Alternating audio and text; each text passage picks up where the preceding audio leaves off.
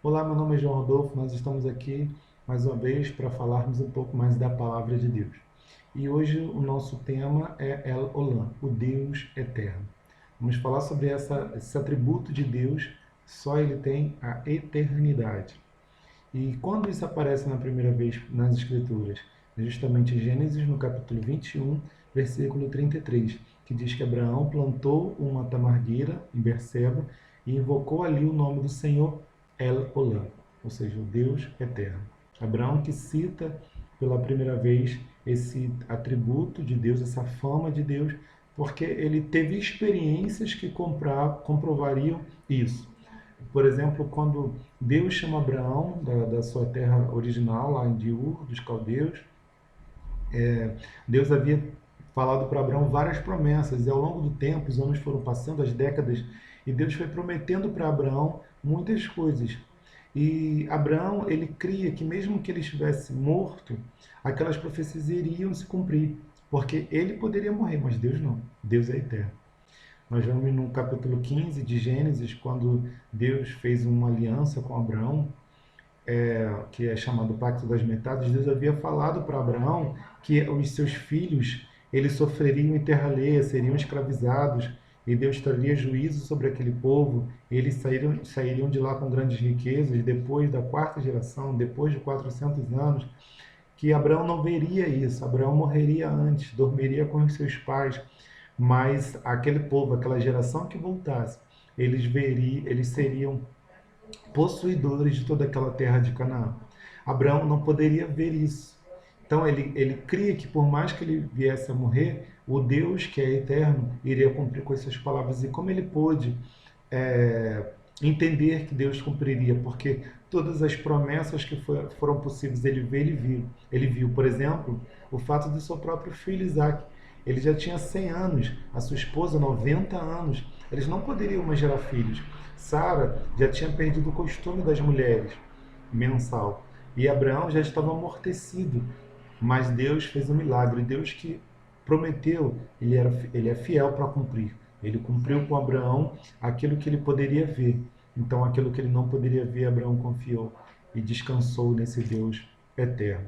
E nós vemos no próprio ainda capítulo 21 de Gênesis que Abraão ele é chamado, ele se encontra com o rei Abimeleque, o rei daquelas terras ali dos filisteus, e eles dois fazem uma aliança.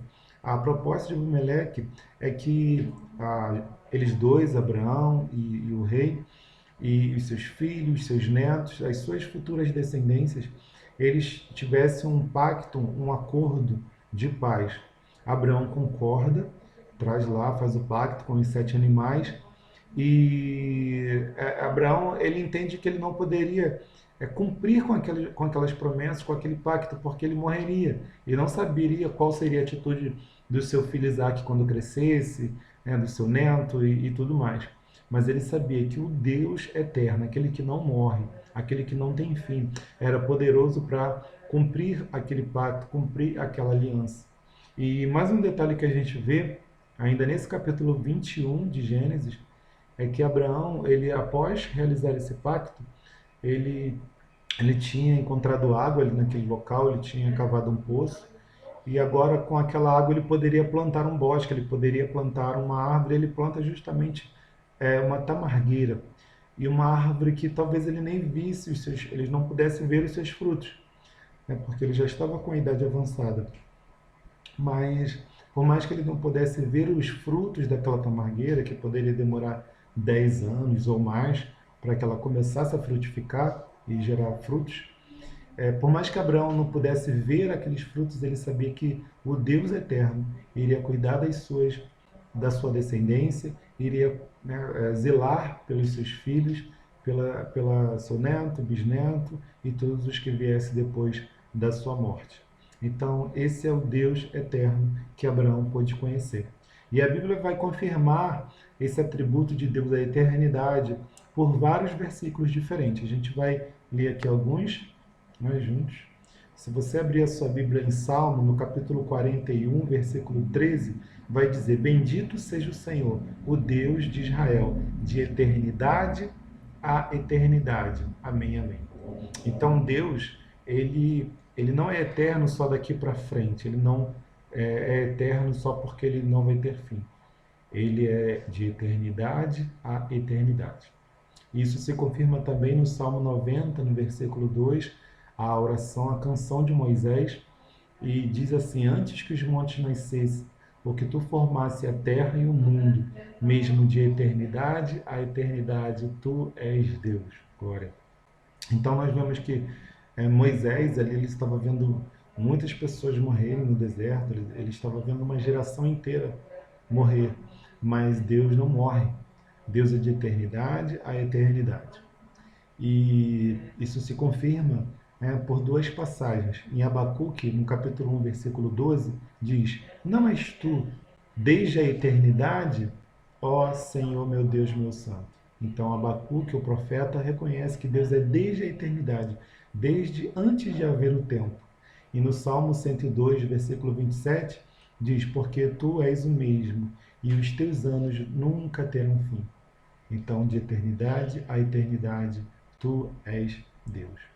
E o apóstolo Paulo vai confirmar o Deus eterno lá na primeira carta a Timóteo, por exemplo, no capítulo 1, versículo 17, diz: Ora, ao Rei dos séculos, imortal, invisível, ao único Deus sábio, seja honra e glória para todo sempre. Amém. Então, o apóstolo Paulo reconhece, ele é imortal, ele não morre, ele é eterno.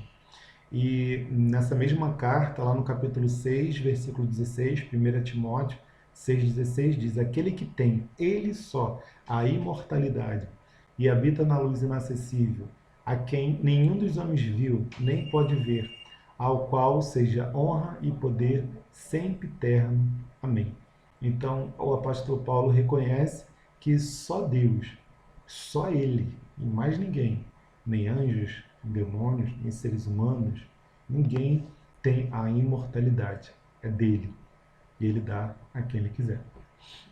E para exemplificar isso, de um raciocínio, vamos dizer, mais lógico, não natural, é sobrenatural. Não é simplesmente físico, é espiritual. Mas para a gente usar um raciocínio lógico, a gente pode ver um exemplo na matemática. Qual é o primeiro número da matemática? É o 1? Não, antes vem o 0, né? Então o primeiro número é o 0? Não. Antes do 0 tem o menos 1. E antes, menos 2, menos 3. Então, não tem primeiro número na matemática, é infinito. E também não tem o último número na matemática, é infinito. É o máximo que as calculadoras mais potentes do planeta pode vir a calcular, né? Mas não tem fim. E da mesma maneira, entre um número e outro, também é infinito. Entre o 0 e o 1, tem infinitas possibilidades, 0,5, 0,1, 2, 3, 4, 5, 6, enfim. Então a matemática nos mostra de uma forma lógica que é possível raciocinar, calcular, né, uma matemática exata da infinitude, né? Não tem começo e não tem fim. Esse é Deus. De forma natural a gente não consegue, né? Por exemplo, eu tenho 5 laranjas e eu tiro 6. Naturalmente, isso não tem lógica. Mas logicamente tem. E Deus, que está acima de toda a lógica, está acima de todas as leis físicas, naturais. Esse é o nosso Deus, é o Deus infinito, é o Deus que é Deus de eternidade a eternidade. E existe uma outra passagem bíblica, lá em Isaías, no capítulo 57, no versículo 15, que diz assim: Porque assim diz o alto, o sublime, que habita a eternidade, e cujo nome é santo. Habito no alto e santo lugar, mas habito também com o contrito e abatido de espírito, para vivificar o espírito dos abatidos e vivificar o coração dos contritos. Esse versículo, essa passagem bíblica fala muita coisa, mas vamos atentar só um pedacinho dela, que habita a eternidade. Então, Deus, ele não habita aqui ou ali, ele está além de toda a criação. Ele está além do princípio e fim. Ele está na eternidade, ele habita na eternidade. E um exemplo que eu gostaria de dar imagina que uma pessoa está no museu e ela está diante de 3 quadros, né? E ela admira ao mesmo tempo aqueles 3 quadros, ela compara um quadro com o outro de pintores famosos. Assim, vamos dizer que é Deus. Ele está de fora do tempo e ele contempla o passado, o presente e o futuro. Para ele, passado, presente e futuro são a mesma coisa. Ele consegue ver simultaneamente o passado, o presente e o futuro. Isso é muito louco, é além da nossa imaginação, além do que a gente pode alcançar, porque nós estamos presos ao tempo. Nós, como seres humanos, nós mal conseguimos lembrar o que nós fizemos ontem. Se eu perguntar uma data específica, dia 1º de janeiro de 1999, enfim, a gente não consegue lembrar de tudo o que aconteceu. A gente também não sabe tudo o que está acontecendo na data de hoje, no presente. E nós não sabemos o que vai acontecer amanhã. Mas Deus é aquele que enxerga o ontem, o hoje e o amanhã. E isso é maravilhoso demais, porque isso se entrelaça com outros atributos de Deus. Por exemplo, ele conhece todas as coisas que aconteceram, que está acontecendo e que há de acontecer. Ele sabe de tudo, ele é o Deus da sabedoria. E por isso é muito diferente de nós, porque nós ficamos ansiosos, ficamos preocupados, nós nos frustramos, porque nós criamos expectativas e não acontecem as coisas da maneira que nós gostaríamos. Muitas coisas aconteceram e a gente até hoje não entendeu por que aconteceu, como aconteceu. A gente não tem respostas e a gente pode morrer sem respostas. Mas o Deus que criou os céus e a terra, ele tem as respostas, ele sabe. E pode crer, ele sabe o que é melhor para você, ele sabe o que é melhor para mim. Por isso nós precisamos aprender a descansar nesse Deus, a confiar nesse Deus, no El Olam. Porque ainda que nós morramos sem ver aquilo que nós gostaríamos de ver, ele é o Deus eterno que preparou algo muito mais extraordinário, algo muito melhor para as nossas vidas.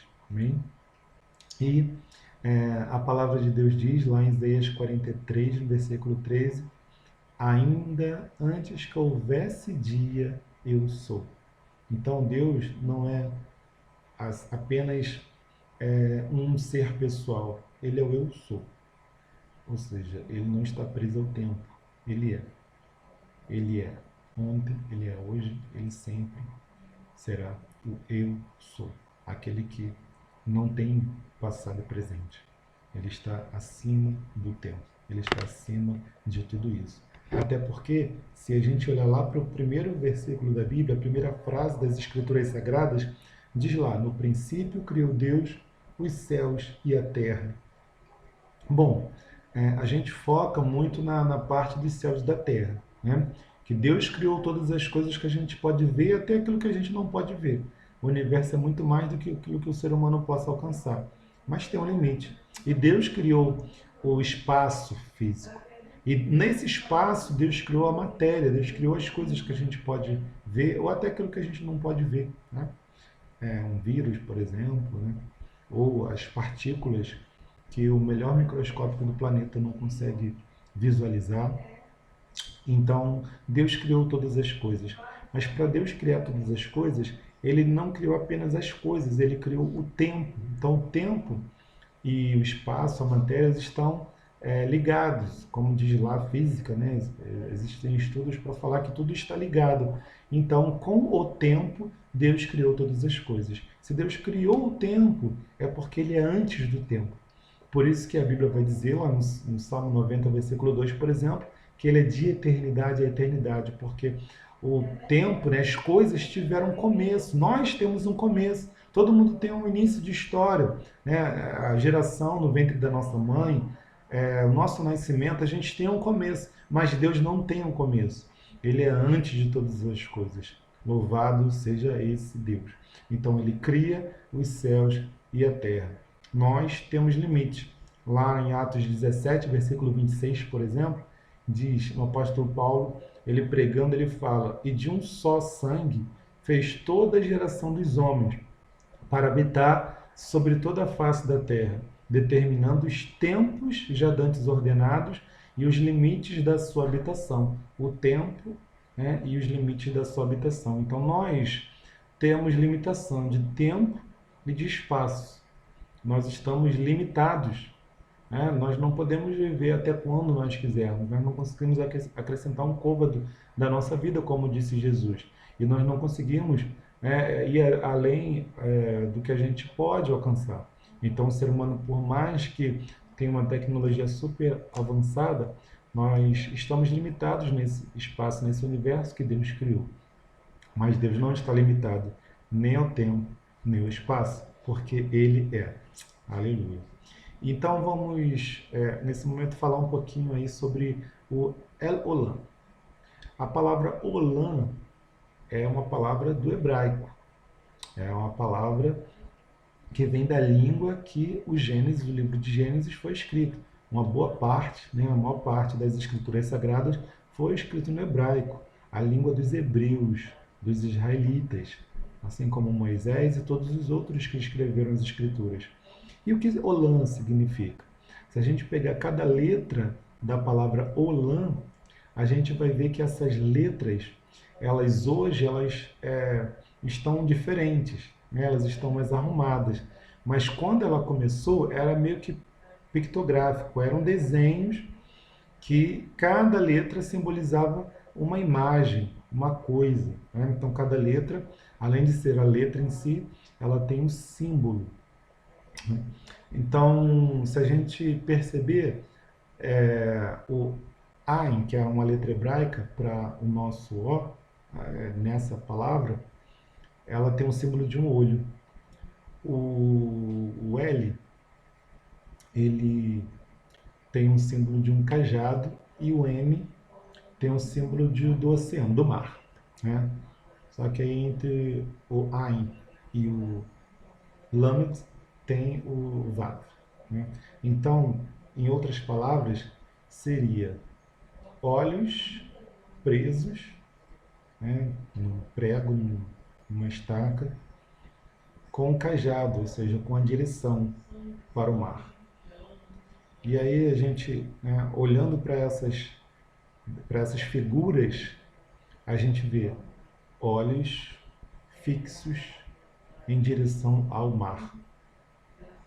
E aí a gente interpreta, né? Quando a gente olha para o mar, o que a gente vê? A gente vê um horizonte, a gente vê algo que não tem fim. A gente, por mais que se aproxime, o horizonte continua lá. E é muito interessante essa ideia da eternidade, porque foi uma forma dos homens antigos explicarem para os seus filhos, para as suas gerações, essa questão da eternidade de Deus.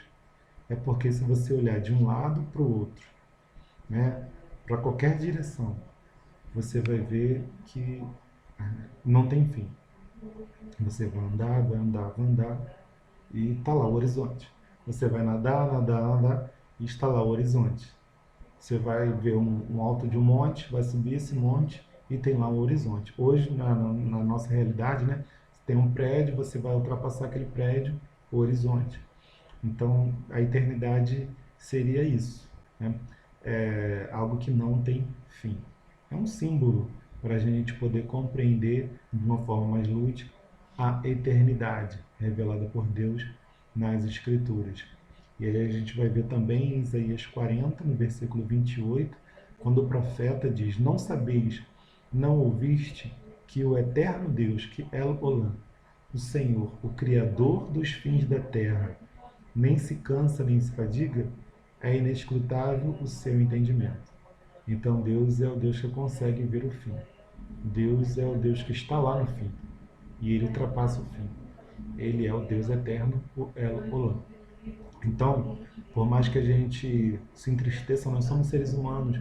A gente cria expectativa e a gente se frustra, mas a gente precisa aprender mais a confiar nesse Deus, a se entregar a esse Deus que sabe o fim desde o princípio.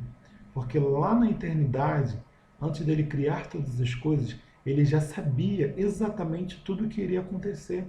E sabendo de tudo que iria acontecer, ele traçou um plano, ele traçou um projeto, ele traçou um propósito eterno, que não tem fim. A Bíblia vai dizer em Eclesiastes que tudo que Deus criou durará eternamente. Eclesiastes no capítulo 3, no versículo 11.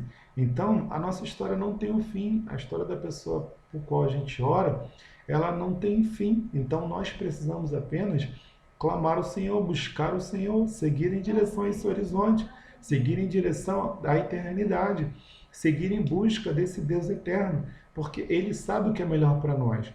E por mais que a gente se desespere, não compreenda hoje por que está acontecendo o que está acontecendo, Ele sabe o que é melhor para nós. Então, a gente pode citar aí vários textos das Escrituras com relação a isso, né, de homens que tentaram contender contra Deus, de homens que tentaram questionar os propósitos de Deus, mas Deus se apresenta como aquele que é maior do que o nosso raciocínio, do que é maior do que os nossos pensamentos, que é maior do que os nossos entendimentos. Então, o nosso dever é buscar esse Deus que é eterno, é buscar aquele que tem a eternidade em suas mãos. E para a gente poder comprovar que o desejo dele é nos dar essa eternidade, é que lá em Gênesis, no capítulo 2, vamos ver que Deus ele coloca no paraíso, no meio do jardim, uma árvore, que era a árvore da vida. O desejo de Deus é da vida. Mas Satã, ele tenta enganar, ele tenta iludir, né? E ele iludiu, né, o ser humano, disse, certamente não morrerás. E eles caíram, né, na mentira de Satã, pecaram e morreram, perderam a vida eterna. Mas o convite de Deus é nos dar a vida eterna, não uma vida física como essa, eterna, porque a gente não quer viver nesse mundo de aflição eternamente. Mas Deus quer nos dar uma vida eterna num lugar muito melhor. Ele quer nos levar de volta para o seu santuário, para o seu paraíso. Ele quer nos levar de volta para a sua presença, para o seu trono. Então esse é o convite de Deus. É por isso que lá no propósito eterno, ele planejou enviar o seu Filho Jesus para, sim, se fazer um de nós, limitado, morrer em nosso lugar, para abrir o caminho de volta para a árvore da vida, para que nós possamos acessar de novo a presença de Deus e se encontrar e ter uma experiência eterna com El Olam. E com certeza, se a gente hoje conhece algum aspecto de Deus, nós vamos nos surpreender na eternidade, porque Ele tem muito mais para revelar para nós, né? Então, o convite de Deus é esse. Apocalipse 2, versículo 7, por exemplo, para a gente concluir. Quem tem ouvidos, ouça o que o Espírito diz às igrejas. Ao que vencer, dar-lhe-ei a comer da árvore da vida que está no meio do paraíso de Deus. Então, o propósito de Deus é que você vença. É que você vença até o fim. Ou seja, até esse corpo aguentar. Até o último dia de vida nessa terra. É que você lute contra si mesmo. É que você lute contra o pecado. É que você lute contra as pressões internas e externas que vêm sobre a sua vida. E vá em direção à eternidade. E busque as coisas do Senhor. E busque conhecer a vontade de Deus. Porque no final de tudo, Ele vai olhar para toda a sua criação, como diz aqui a blusa, né? E viu Deus que tudo era muito bom. Assim vai ser lá no final. Tem dia que é bom, tem dia que não é bom, tem dia que não é nada bom. Tem coisas que Deus permite que aconteça na nossa vida que naquele momento a gente se desespera, mas sabe que lá na frente, até esses momentos ruins vão contribuir para o teu bem, porque todas as coisas juntamente contribuem para o bem daqueles que amam a Deus e que foram chamados segundo o seu decreto, o seu propósito. Então, que você possa, no seu dia a dia, na sua oração, não pedir para que a sua vontade seja feita, que nós possamos aprender a descansar no El Olam e pedir que a vontade do Deus eterno, que a vontade daquele que já estava lá antes de tudo ser criado, que já viu tudo, que vê o nosso futuro, que a vontade dele seja feita. Venha o teu reino, seja feita a tua vontade. Que nós possamos buscar conhecer cada vez mais esse El Olam, assim como aconteceu na vida de Abraão, que nós possamos a cada dia nos surpreender com esse Deus que conhece o nosso futuro, e que sabe o que é melhor para nós. Amém? Então, que você possa meditar nessa palavra, ler os textos aí do nosso blog, compartilhar esse vídeo, se assim você desejar, para abençoar outras vidas, e que Jesus te abençoe, abençoe a tua vida e a sua família.